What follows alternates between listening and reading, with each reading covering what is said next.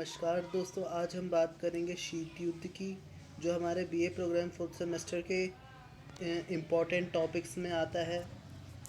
तो जैसे कि आप लोग जानते हैं कि शीत युद्ध अमेरिका और सोवियत संघ के बीच विचारों का संघर्ष था, जिसकी समाप्ति सोवियत संघ के विघटन के कारण हुई थी।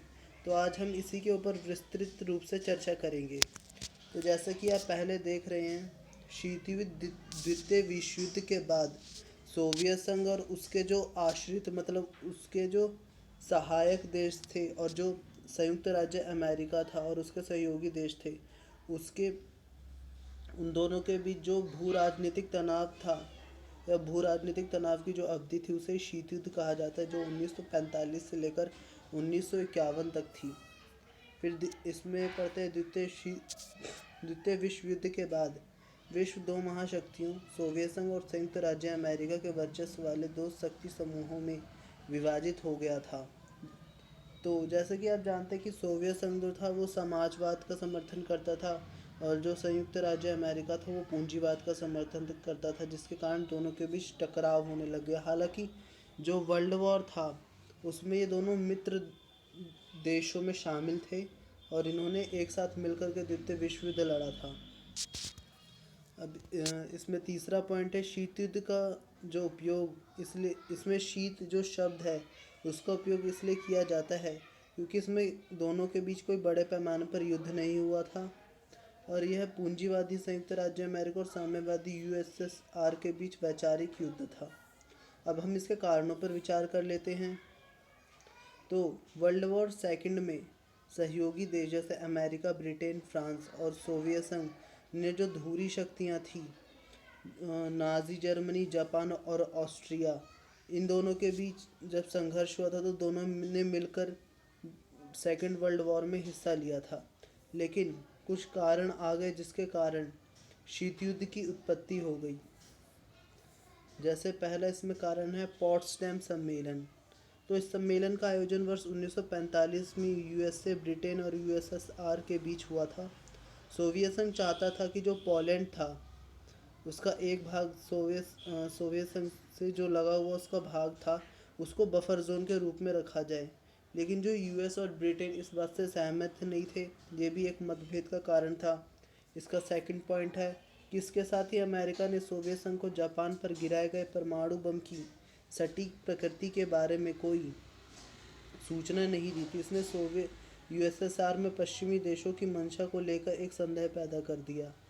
जैसे कि आप जानते हैं कि अमेरिका ने हिरोशिमा और नागासाकी पर अपना परमाणु बम गिराया था, न्यूक्लियर बम गिराया था, और कहा था कि हमने ये बम इसलिए गिराया ताकि हम वर्ल्ड वॉर को समाप्त कर सकें। लेकिन ये बात नहीं थी, उसने परमाणु बमों का उपयोग ही टेस्ट करने के लिए किया था। तो जो यूएसएसआर था, सोवियत संघ, उसमें इनकी जो विस्तार की नीति थी अमेरिका की, उसको लेकर संदेह पैदा हो गया कि कहीं ये सोवियत यूएसएसआर को भी नष्ट ना कर दे। अब इसमें जो इसका सेकंड पॉइंट है कारणों में, वो है ट्रूमैन की संधि। तो इस संधि की घोषणा 12 मार्च 1947 को अमेरिकी राष्ट्रपति हैरी एस ट्रूमैन द्वारा की गई थी। ट्रूमैन सिद्धांत यूएसएसआर के साम्यवादी और साम्राज्यवादी प्रयासों पर नियंत्रण की एक अमेरिकी नीति थी, जिसमें दूसरे देशों की आर्थिक सहायता प्रदान करने जैसे विविध उपाय अपनाए गए। जो ट्रूमैन का जो सिद्धांत था, यूएसए के जो साम्राज्यवाद, इसका मतलब था कि अमेरिका जो दूसरे देश है ना, कि जो यूएसएसआर से तंग आ रखे हैं, जो यूएसएसआर के साम्राज्यवादी नियंत्रण से तंग आ रखे हैं, उनकी आर्थिक सहायता प्रदान करेगा। एक तरीके से ये जो था यूएसएसआर की विस्तारवादी नीति पर अंकुश लगाने के लिए अमेरिका ने ये नीति अपनाई थी। तो इसमें उदाहरण के रूप में जैसे अमेरिका ने ग्रीस एवं तुर्की की अर्थव्यवस्था और सेना के समर्थन के लिए वित्तीय सहायता का अनुमोदन किया। अब इसका तीसरा कारण है शीत युद्ध का आयरन कर्टेन। तो द्वितीय विश्व युद्ध के बाद सोवियत संघ द्वारा स्वयं को और उसके आश्रित पूर्वी एवं मध्य यूरोपीय देशों को पश्चिम एवं अन्य गैर साम्यवादी देशों के साथ खुले संपर्क से अलग रखने के लिए एक राजनीतिक और वैचारिक अवरोध खड़ा किया गया, जिसे आयरन कर्टेन कहा गया।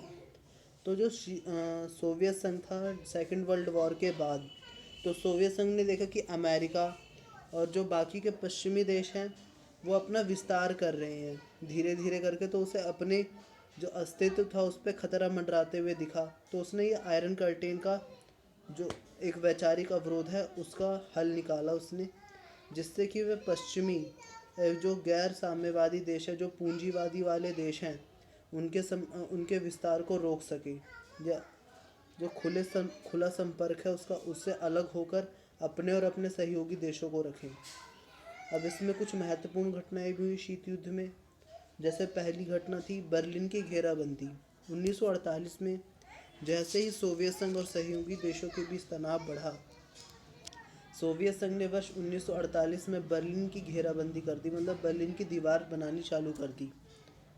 और फिर 13 अगस्त 1961 को जर्मन डेमोक्रेटिक रिपब्लिक, जिसे हम GDR भी बोलते हैं, कि साम्यवादी सरकार ने पूर्वी और पश्चिमी बर्लिन के बीच कंक्रीट की एक दीवार खड़ी कर दी। और वर्ष 1989 में बर्लिन की दीवार को ध्वस्त कर दिया गया, और यह शीत युद्ध का सबसे महत्वपूर्ण प्रतीक रहा। शीत युद्ध की समाप्ति का सबसे महत्वपूर्ण प्रतीक रहा। फिर इसमें सेकंड पॉइंट है मार्शल योजना बनाम कॉमिनफॉर्म। तो मार्शल योजना क्या थी, पहले हम ये जान लेते हैं। वर्ष 1947 में अमेरिकी विदेश मंत्री जॉर्ज मार्शल ने यूरोपीय पुनर्निर्माण कार्यक्रम का अनावरण किया, जिसमें आवश्यकता अनुसार आर्थिक और वित्तीय मदद की पेशकश की गई। इसका उद्देश्य यूरोप के आर्थिक पुनर्निर्माण को प्रोत्साहन देना था। यह ट्रूमैन सिद्धांत का ही आर्थिक विस्तार था। जैसा आपको मैंने पहले ही ट्रूमैन सिद्धांत बता दिया था, जो अमेरिकी राष्ट्रपति ट्रूमैन के द्वारा दिया गया था, जिसके अनुसार वह इन देशों की आर्थिक सहायता करता था जो USSR की विस्तारवादी नीति से तंग आ रखे थे, या फिर जिनको पुनर्निर्माण की आवश्यकता थी, प्रोत्साहन, तो उनको वो वित्तीय सहायता प्रदान करते ताकि उनकी अर्थव्यवस्था को प्रोत्साहन मिले। अब इसमें कॉमिनफॉर्म की बात कर लेते तो मार्शल योजना पर सोवियत प्रक्रिया के रूप में वर्ष 1900 जो ये मार्शल योजना थी, इसी की प्रतिक्रिया के रूप में सोवियत संघ द्वारा कॉमिनफॉर्म की नींव डाली उसने, और मुख्य रूप से पूर्वी यूरोप के देशों को एक साथ रखने के लिए एक संगठन बनाया।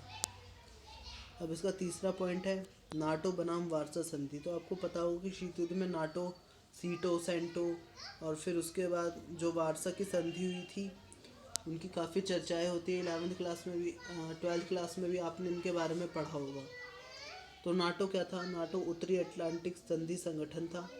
तो सोवियत संघ द्वारा बर्लिन की घेराबंदी ने पश्चिम की सैन्य कमजोरी को प्रकट किया, जिससे वे निश्चित तौर पर सैन्य तैयारी करने को प्रेरित हुए। जो बर्लिन की दीवार सोवियत संघ द्वारा खड़ी कर दी गई थी, तो उससे पता चला कि पश्चिम के देश सैन्य रूप से कितने कमज़ोर हैं, जिसके कारण सोवियत संघ ने अपनी मन मर्जी से बिना किसी की रोक टोक के दीवार खड़ी कर दी थी। तो इससे प्रेरित होकर जो पश्चिम के देश थे, उन्होंने अपना जो सैन्य संगठन था उसको बनाने के बारे में सोचा, और इसी के परिणाम स्वरूप पश्चिम यूरोपीय देशों ने युद्ध के मामले में सैन्य सहयोग का वादा करते हुए ब्रुसेल्स रक्षा संधि पर हस्ताक्षर किया। और इसके बाद अप्रैल 1949 में 12 पश्चिमी यूरोपीय देशों ने नाटो का गठन किया। वर्तमान में नाटो में 30 देश शामिल हैं। नाटो देश इनमें से किसी एक नाटो जो देश हैं, उनकी एक नीति है कि अगर उन पे कोई भी देश उनके संगठन के किसी एक देश पर भी अगर कोई देश हमला करता है, तो वो सब मानते हैं कि उनके जो संगठन है उस पूरे पे हमला हुआ है, तो वो 300 देश मिलकर के उसका जवाब देते हैं। तो जैसा अभी यूक्रेन और रशिया में भी चल रहा है, तो अगर यूक्रेन नाटो में शामिल हो जाता तो फिर एक महायुद्ध हो रहा होता अभी रशिया और नाटो के बीच में, लेकिन ये नहीं हो पा रहा क्योंकि अभी यूक्रेन नाटो का सदस्य नहीं है। अब इसमें थर्ड पॉइंट आता है वार्सा संधि। नाटो को पश्चिमी प्रतिक्रिया स्वरूप सोवियत संघ और इसके आश्रित राज्यों के बीच वार्सा संधि 1955 पर हस्ताक्षर की गई। जो नाटो, अभी मैंने जिस संगठन की बात की, नॉर्थ अटलांटिक ट्रीटी ऑर्गेनाइजेशन, उसी के एवज में, उसी की प्रतिक्रिया स्वरूप जो USSR था और उसके जो आश्रित राज्य थे, उनके बीच हस्ताक्षर किया गया, जिसे वार्सा संधि के नाम से जानते हैं। फिर अंतरिक्ष में भी प्रतिस्पर्धा होने लग गई शीत युद्ध के बीच में। जैसे कि वर्ष 1997 में यूएसएसआर ने स्पुतनिक 1 का प्रक्षेपण किया। यह विश्व का पहला मानव निर्मित कृत्रिम उपग्रह था जिसे पृथ्वी की कक्षा में स्थापित किया गया। तो इसी के फलस्वरूप 1958 में यूएसए ने एक्सप्लोरर 1 नामक अपना पहला उपग्रह प्रक्षेपित किया। और लेकिन इस प्रतिस्पर्धा में यूएसए जीत गया, क्योंकि वर्ष 1969 में अपने सफलतापूर्वक चंद्रमा की सतह पर उसने पहला मानव भेजा था। अब इसमें 5वां पॉइंट है हथियारों की प्रतिस्पर्धा। आपको भी पता होगा कि इसमें हथियारों की होड़ चालू हो गई थी शीत युद्ध के बीच सोवियत संघ और अमेरिका के बीच। तो इसी के बारे में इसमें चर्चा की गई कि सोवियत संघ पर अमेरिकी नियंत्रण रणनीति ने यूएसए को बड़े पैमाने पर हथियारों का संग्रहकर्ता बना दिया, और प्रतिक्रिया में सोवियत संघ ने भी यही किया कि सोवियत संघ ने भी खुद को हथियारों का बड़ा संग्रहकर्ता बना दिया। दोनों के पास बहुत ज़्यादा हथियार है। बड़ा पैमाने पर परमाणु हथियारों का विकास हुआ और विश्व ने परमाणु युग में प्रवेश किया। आज भी आपको पता हो कि अमेरिका और जो रशिया है उसके पास बहुत ज़्यादा परमाणु हथियार है, और जो किम जोंग है नॉर्थ कोरिया का राष्ट्रपति, उसके पास जो हाइड्रोजन बम है वो भी रशिया का ही दोस्त है। तो इस हिसाब से रशिया और पावरफुल हो जाता है। अब इसमें आता है छठा, क्यूबा मिसाइल संकट 1962। इसके बारे में भी आपने 12th में पढ़ाई होगा। क्यूबा भी तब शीत युद्ध में शामिल हो गया जब अमेरिका ने वर्ष 1961 में क्यूबा के साथ अपने राजनीतिक संबंध तोड़ दिए और सोवियत संघ ने क्यूबा की आर्थिक स्थिति में वृद्धि करने के लिए उसको सहायता प्रदान की। तो वर्ष 1961 में यूएसए ने क्यूबा में वे ऑफ पिग्स आक्रमण की योजना बनाई। बे ऑफ पिग्स मतलब कि सुअरों की खाड़ी मान लीजिए, ये लिखा हुआ है इंग्लिश में बे ऑफ पिग्स। तो उसकी योजना बनाई जिसका उद्देश्य सोवियत समर्थित फिदेल कास्ट्रो की सत्ता को उखाड़ फेंकना था, किंतु इसमें यूएसए असफल रहा।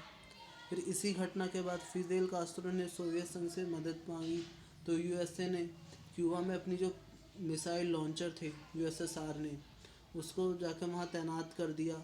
और और जो अमेरिका है वो क्यूबा है वो अमेरिका से बिल्कुल एक सटा हुआ द्वीप है, मतलब ज़्यादा दूरी नहीं है, दोनों आमने सामने ही है, जिसके कारण दोनों के बीच युद्ध का माहौल पैदा हो गया। लेकिन युद्ध हुआ नहीं, इसे कूटनीतिक प्रयासों से टालने में मदद मिली। अब शीत युद्ध के अंत की बात करते हैं हम। तो वर्ष 1991 में कई कारणों से सोवियत संघ का विघटन हो गया जिसने शीत युद्ध की समाप्ति को चिन्हित किया। तो पहला इसमें सैन्य कारण है सोवियत संघ के विघटन का। तो अंतरिक्ष और हथियारों की प्रतिस्पर्धा में सैन्य आवश्यकताओं को पूरा करने में यूएसएसआर के संसाधनों का बड़ा नुकसान हुआ था।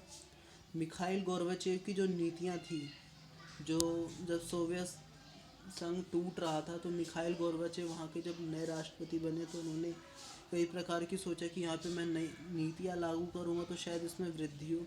तो उन्होंने ग्लासनोस्ट और पेरेस्ट्रोइका नीतियों का अपनाया। ग्लासनोस्ट का उद्देश्य राजनीतिक परिदृश्य का उदारीकरण करना था और पेरेस्ट्रोइका का उद्देश्य संचालित उद्योगों के स्थान पर अर्धमुक्त बाजार नीतियों को प्रस्तुत करना था। इन कदमों ने साम्यवादी विचार में किसी पुनर्जागरण का प्रवेश करने के बजाय संपूर्ण सोवियत तंत्र की ही आलोचना करने का मार्ग खोल दिया। राज्य ने मीडिया और सार्वजनिक क्षेत्र दोनों के ऊपर अपना नियंत्रण खो दिया तथा पूरे यूएसएसआर में सुधार आंदोलन ने गति पकड़ ली।